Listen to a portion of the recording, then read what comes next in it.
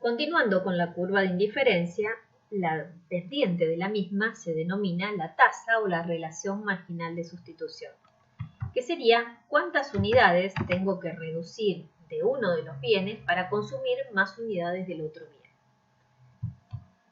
Entonces, la tasa marginal de sustitución entre dos bienes X e Y sería cuánto tengo que disminuir de Y para aumentar una unidad del bien X. Es decir, que lo que está abajo siempre es cuánto tengo que aumentar una unidad. Es equivalente a dividir las utilidades marginales de los dos bienes. Cada punto de la curva de indiferencia representa una utilidad marginal. ¿Por qué? Porque a lo largo de la curva de indiferencia se mantiene constante la utilidad total, entonces cada punto sería una utilidad marginal. Entonces, si yo voy de un punto a otro para medir la pendiente, voy a medir cómo varía la utilidad marginal de un bien con respecto a cómo varía la utilidad marginal del otro bien. Siempre la tasa marginal de sustitución va a ser negativa porque la forma que tiene la curva de indiferencia típica es de pendiente negativa. Entonces, ¿cómo la calculamos? Vamos a suponer que estamos en el punto E, donde estamos consumiendo 10 unidades del bien Y y una unidad del bien X. Si queremos consumir una unidad más del bien X, nos pasamos al punto F, tenemos que reducir 2 unidades del bien Y para aumentar el consumo en la unidad del bien X en una unidad. Entonces, como estamos en la parte alta de la curva de indiferencia y estamos consumiendo mucho del bien que está arriba, entonces vamos a tener que reducir muchas más unidades de este bien para consumir una unidad más de este bien. Entonces, en este caso reduzco 2 unidades. La pendiente o la tasa marginal de sustitución sería 2 sobre 1, que sería en forma negativa, pero la leo en valor absoluto porque nosotros no decimos reducimos menos 2 unidades, sino decimos reducimos 2 unidades de Y para consumir una unidad más de X. En cambio, si estamos en la parte más plana de la curva de indiferencia, decimos que, por ejemplo, en el punto G, estamos consumiendo 4 unidades del bien Y y 4 unidades del bien X. Si queremos consumir una unidad del bien X, como ya estamos consumiendo menos unidades del bien Y, vamos a tener que reducir menos cantidad, porque en la parte plana, fíjense que la curva de indiferencia tiene menos pronunciación.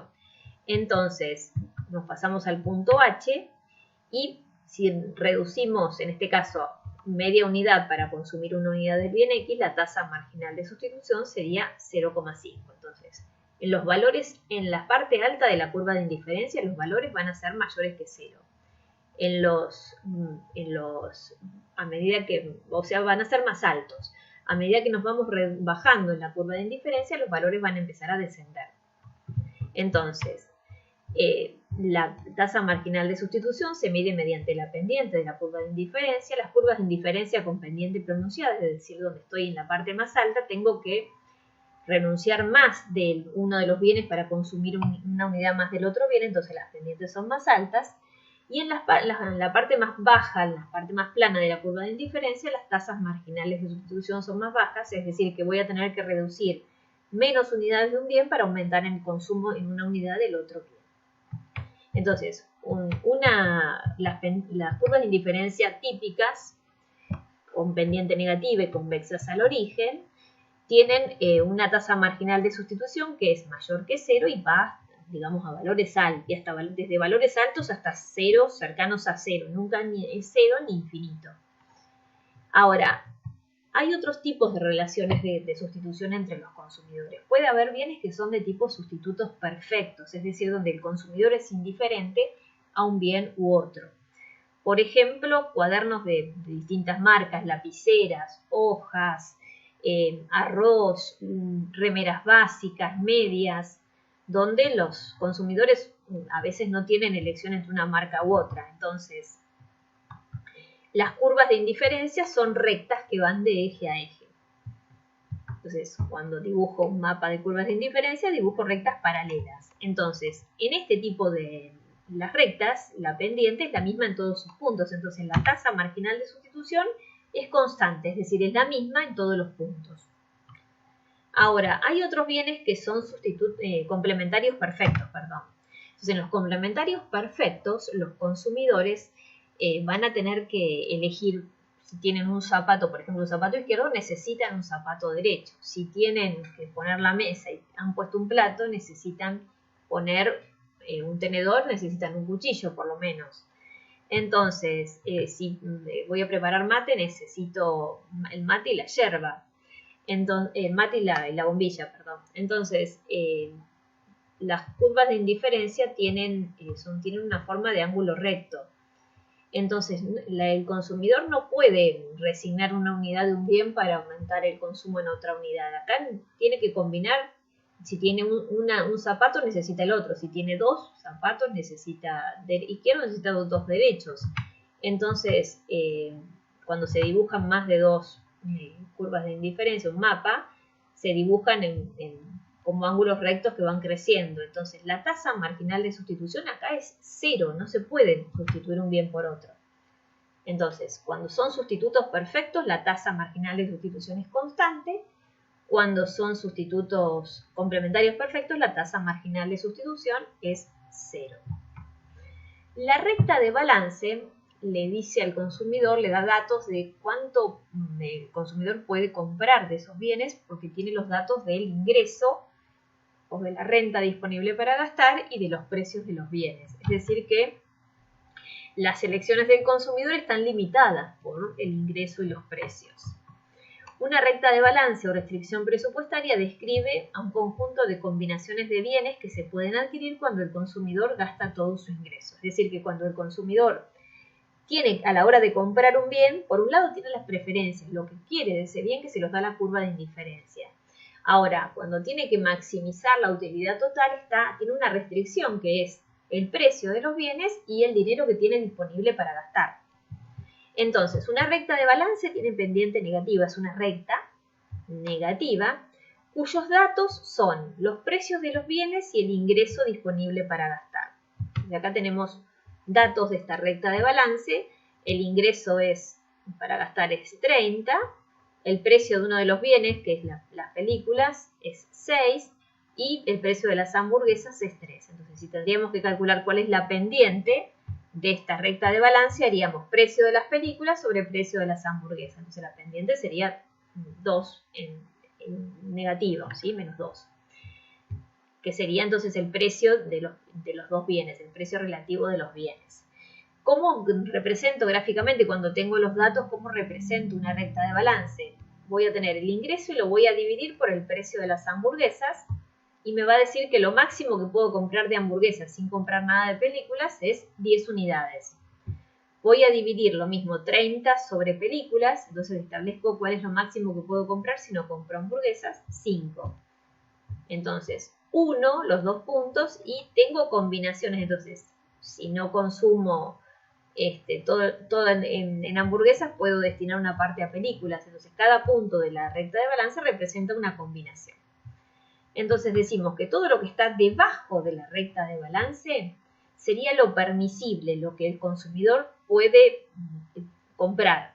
Y lo que está por encima de la recta de balance sería lo no permisible, o sea, no puede llegar a ninguna combinación más alta porque no le alcanzan o el ingreso o los precios son muy altos.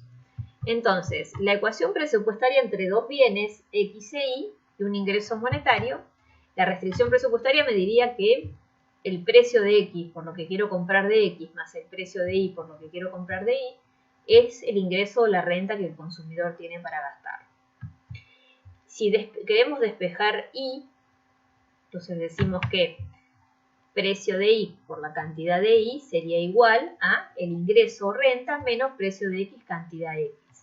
Entonces, cuando nosotros queremos despejar Y, vamos a pasar dividiendo el precio de Y. Entonces decimos Y sobre el precio de Y menos precio de X, precio de Y por cantidad de X sería la ecuación de una recta. Esto es un número y esta es la pendiente de la recta, incluido su signo, que serían los precios relativos de los dos bienes. Entonces, la pendiente serían los precios relativos de los bienes. Esta es la forma típica de representar una recta de balance para poder representar correctamente la pendiente. Entonces, ¿qué pasa cuando cambian los precios de los bienes manteniéndose constante el ingreso? decimos que hay un efecto precio. Generalmente nosotros no cambiamos los dos bienes juntos, sino que cambiamos un bien, un precio de un bien, mantenemos constante el precio del otro bien para hacer el análisis y el ingreso. Entonces vamos a suponer que tenemos una recta de balance con los datos del bien X. Vamos a suponer que el precio del bien X cuesta 6 pesos. Si el precio del bien X aumenta de precio, es decir, pasa a costar más de 6, la recta de balance va a pivotear para adentro, se va a acercar al eje de coordenadas, que estaría acá. O sea, se va a acercar al 0, manteniéndose constante la parte de Y, porque el precio de Y no cambia. Ahora, si el precio del bien X se abarata, es más barato, la recta de balance va a pivotear, es decir, se va a correr su inclinación, va a cambiar de pendiente, alejándose del origen. Entonces, vamos a suponer que el precio aumenta a 12 pesos, no va a poder comprar más 6 unidades si no compra nada de ella. Ahora va a poder comprar menos cantidad. ¿Por qué? Porque el precio aumentó, entonces la recta pivoteó de la celeste a la rosa. Acá cambia la pendiente, al cambiar uno de los precios cambia la pendiente de la recta de balance. Si el precio se abarata, la recta de balance se aleja del origen, pivotea hacia valores más alejados del origen. Entonces vamos a suponer que el precio ahora baje a 3 pesos, el consumidor puede comprar mucho más del bien X, entonces la recta de balance pivotea a lugares más alejados del origen, cada una de ellas tiene una pendiente diferente. Eso es lo que se denomina efecto precio. En cambio, el efecto ingreso o efecto renta es cuando cambia el ingreso o el poder adquisitivo del consumidor manteniéndose constante los precios de los bienes. Entonces vamos a suponer que acá el ingreso era 3.000 pesos para gastar en los dos bienes. Entonces, si el consumidor, esto se conoce como efecto ingreso o efecto renta. Si el consumidor pasa a tener más ingreso, la recta de balance se va a correr paralela hacia la derecha, hacia arriba. Si el consumidor tiene menos ingreso para gastar, la recta de balance se va a correr paralela hacia abajo. Es decir, que cuando hay un efecto ingreso, la pendiente de la recta de balance no va a cambiar. Entonces, si el consumidor tiene menos para gastar, la recta de balance se va a acercar más al origen, pero en forma paralela, manteniendo su constante. Si el consumidor tiene más ingreso para gastar, se va a alejar del origen, le va a permitir comprar más bienes. Entonces se va a desplazar hacia la derecha en forma paralela. O sea, la pendiente de la recta de balance se mantiene constante en todos sus puntos.